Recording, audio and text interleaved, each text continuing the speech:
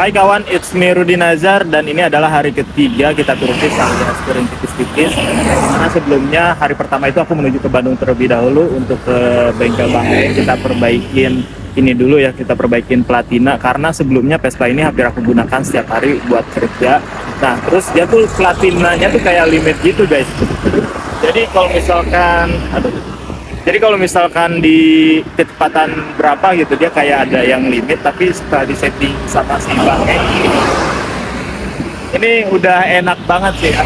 Jadi pas kemarin aku di hari kedua itu aku ke Tasik ke rumah ada terlebih dahulu, terus lanjut lagi malamnya ke Cilacap atau ke Sampang ke tempatnya Mas Yugo. Nah aku di situ kan jalanan Lumbir ya namanya, atau Wangon gitu, sebelum Wangon pokoknya. Itu kan jalanannya cukup nanjak dan ini motor waktu itu tandem sama klub-klub CB yang lagi touring juga, ini udah berani banget ya, udah bisa mepet bareng gitu. Dan ini sih bener-bener keren ya, walaupun padahal sebenarnya motor ini tuh standar banget. Dan setelah tiba di Cilacap atau di Sampang sekitar pukul 11 malam, aku istirahat di rumah Mas Hugo, terus kemudian sekitar pukul jam 11 aku lanjut lagi ke arah Jogja, dan sekarang kita tiba di Dendles menuju ke Jogja sekitar pukul 1 siang. Lumayan panas sih karena jalan ini panjang banget. Jadi ya untuk manasin mesin kita istirahat dulu sejenak di sini.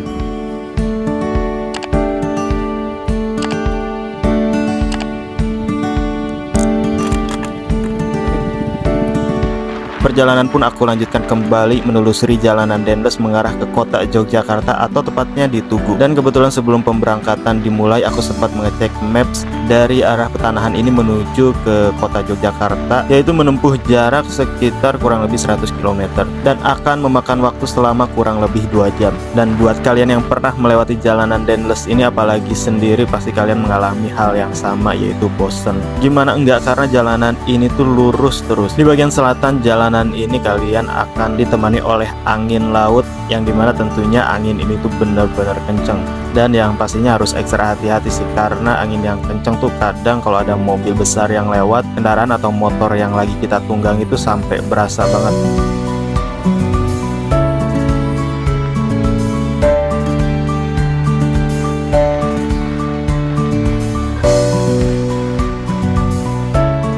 Tapi sebenarnya kalau menurut aku jalur Dendles ini nggak ngebosenin banget sih, karena jalanannya itu terhitung mulus dan juga masih banyak view atau pemandangan yang bisa kita nikmati di sepanjang jalan ini, entah itu perkebunan, sawah, ataupun langit yang tampak biru, yang tampak cerah, dan tentunya itu sesuatu hal yang jarang banget kita temukan di kota-kota besar. Mengingat beberapa tahun terakhir ini aku banyak tinggal di Jakarta, dan setiap ngelihat langit itu warnanya tuh nggak sebiru ini, alias warnanya tuh abu-abu ya, entah itu karena polusi ataupun suatu hal yang lain. Tapi yang pasti karena polusi juga sih, dan sangat berbeda banget pada langit-langit yang aku temukan di sepanjang jalanan Dendles ini menuju ke kota Yogyakarta. Nah, akhirnya kita tiba di depan Bandara Internasional Yogyakarta, yang tepatnya di Kulon Progo, dan dari sini menuju pusat kota itu kurang lebih sekitar 50 km atau 1 jam. Dan jalanan pun masih didominasi dengan kesepian karena terlihat nggak terlalu ramai, padahal ini jalan lintas, dan memang sebenarnya jalan ini sama aja sih kayak dulu yang pernah aku lewatin gitu. Aspalnya yang mulus, jalanannya yang lebar, bahkan ada jalur motor sendiri.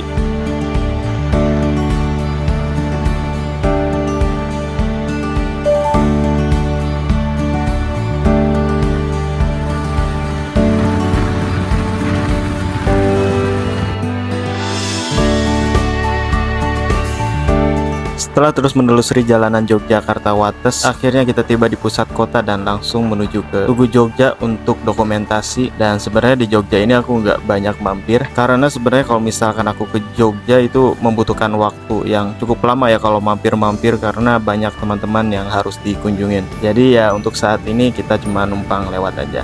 Oh ya, sebenarnya aku juga cukup punya banyak kenangan di Jogja, karena beberapa tahun yang lalu sempat merasakan tinggal di waktu yang cukup lama di kota ini, yaitu sekitar kurang lebih ada 1 bulanan, karena waktu itu ada beberapa proyek yang harus digarap, dan memang Jogja sengangenin itu. Dan ya, sesuai prediksi selama menempuh perjalanan kurang lebih 2 jam kita tiba di Tugu Jogja. Alhamdulillah setelah menempuh perjalanan selama kurang lebih 2 jam dari Dendles, kita tiba di kota Yogyakarta, tepatnya di depan Tugunya nih guys.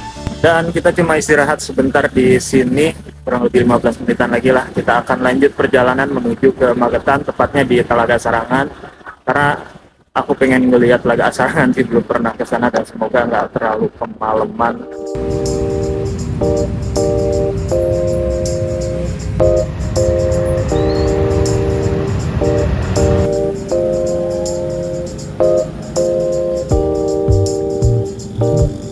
Setelah beristirahat selama kurang lebih 20 menitan di depan Tugu Kota Yogyakarta, perjalanan aku lanjutkan kembali. Kita mengarah ke timur lagi, yaitu menuju ke Jalan Raya Yogyakarta Solo. Dan waktu itu menunjukkan pukul sekitar 5 sore, dan kayaknya bukan hal yang aneh lagi jalanan ini dipadati oleh para pekerja yang kayaknya udah pada mulai pulang.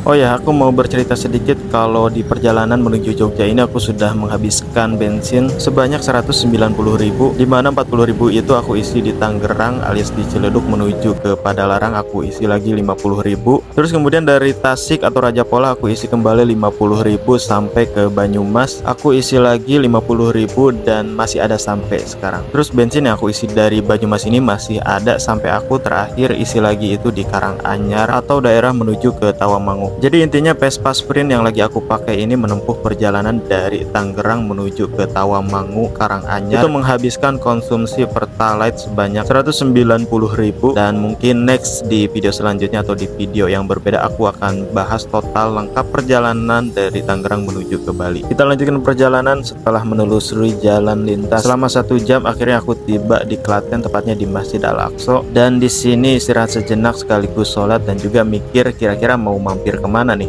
karena kayaknya untuk menuju ke Tawamangu udah terlalu malam banget. Setelah dari Jogja, kita lanjut perjalanan menuju Klaten terlebih dahulu, dan saat ini sedang berada di Masjid Al-Aqsa Klaten untuk istirahat sejenak dan juga sholat maghrib. Setelahnya kita bakal lanjutkan kembali perjalanan, semoga lancar di perjalanan malam ini, dan semoga udaranya gak terlalu dingin-dingin banget.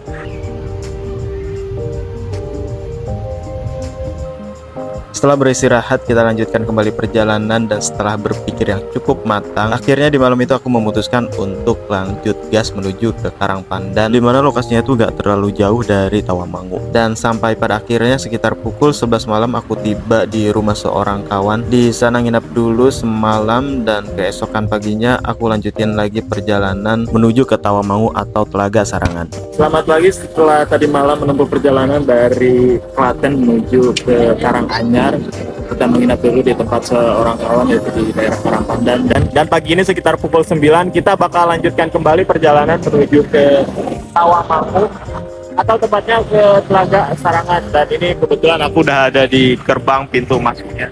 Kita bakal lanjutkan perjalanan tipis-tipis ditemani dengan view yang keren banget di area Tawamangu ini.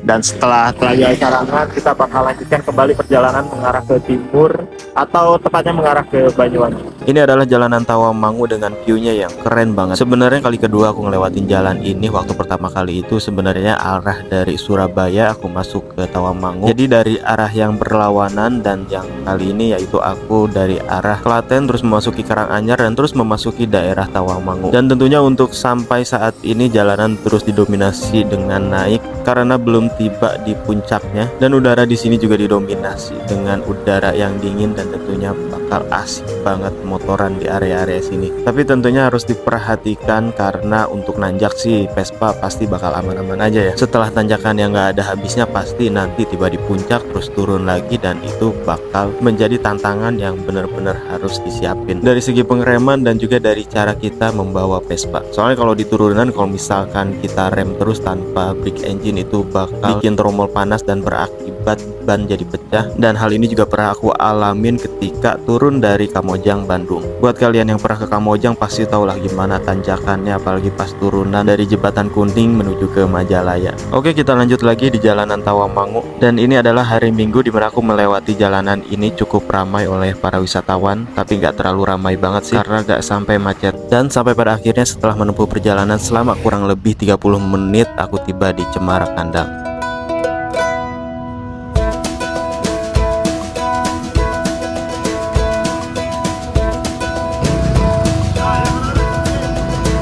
Kita tiba di Cemara Kandang, di mana ada tugu bertulisan 1800 mdpl, dan sebenarnya yang cukup ekstrim itu nanti ketika pas arah mau ke Telaga Sarangan, karena ada jalanan turunan yang cukup jauh dan itu lurus, sehingga pastinya rem harus siap banget. Nah terus terang kalau Vespa tuh lebih baik nanjak yang panjang gitu ya, dibandingkan dengan turunan yang panjang itu lebih bahaya sih, lebih ngeri sedap ya. Dan tadi sebagian jalanan menuju ke Cemara Kandang ini juga lumayan ekstrim karena cukup menanjak ya, apalagi banyak bis besar yang ngalangin gitu, jadi agak repot juga. Dan kita bakal lanjutkan perjalanan ke atas sana.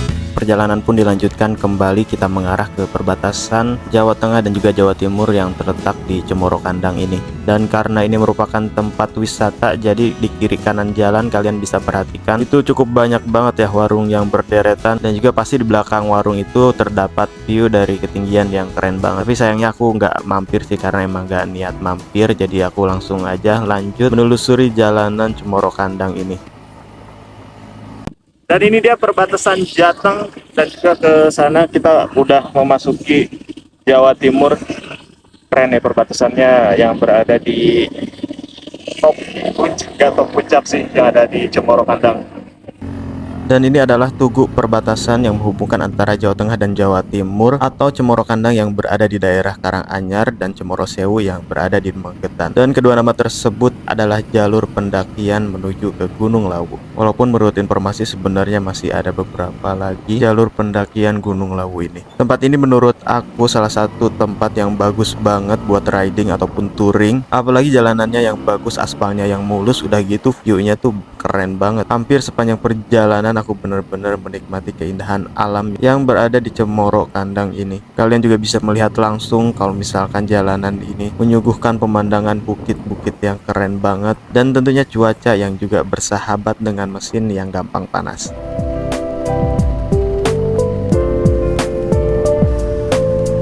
Setelah puncak atau 0 km Cemara Kandang tadi kita lewatin, dan selamat datang di turunan. Ini adalah jalanan turunan pertama yang aku lewatin menuju ke Telaga Sarangan, dan jalanan ini tuh bener-bener turun. Apalagi kalian bawa Vespa pasti bisa ngerasain gimana tegangnya ketika melewati turunan dari Cemoro Kandang, entah itu untuk menuju ke Magetan atau ke Karanganyar. Dan aku pengen berbagi tips ketika melewati turunan yang panjang kayak gini. Yang pertama itu pastikan pengereman kalian aman, nggak Senin Kamis ya, jadi direm Senin berhenti Kamis. Terus udah gitu pastikan kalian tetap tenang dan mengandalkan gigi rendah ketika di dalam kemacetan. Nah kalau misalkan turunan yang panjang kayak gini, aku biasanya ngeremnya tuh ganti-gantian ya. Jadi kalau misalkan ada hambatan di depan, aku ngerem belakang, terus kemudian sambil break engine, dan kemudian lanjut rem belakang dilepas, aku ganti rem depan. Pokoknya intinya kalau menurut aku ya, jangan terus menggunakan rem belakang, karena tentunya rem belakang itu rem yang paling utama ya. Kita nggak bisa ngandelin rem depan Vespa. Dan kalau dirasa pengereman udah panas, alangkah baiknya berhenti sejenak, habisin rokok sebatang biar Vespa kembali dingin, dan lanjutkan perjalanan.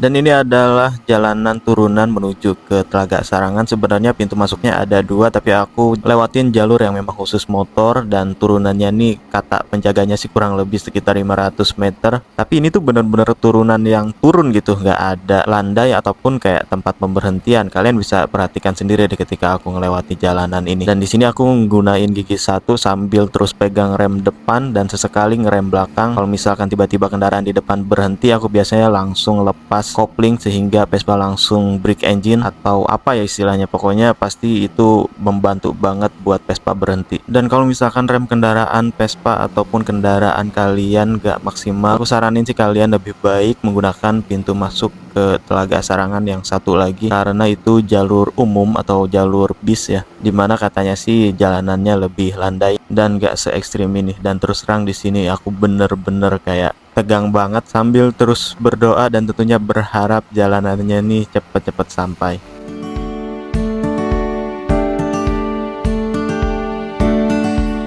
Dan alhamdulillah akhirnya aku tiba di jalanan yang landai, dan jalanan landai ini menuju ke parkiran Telaga Sarangan.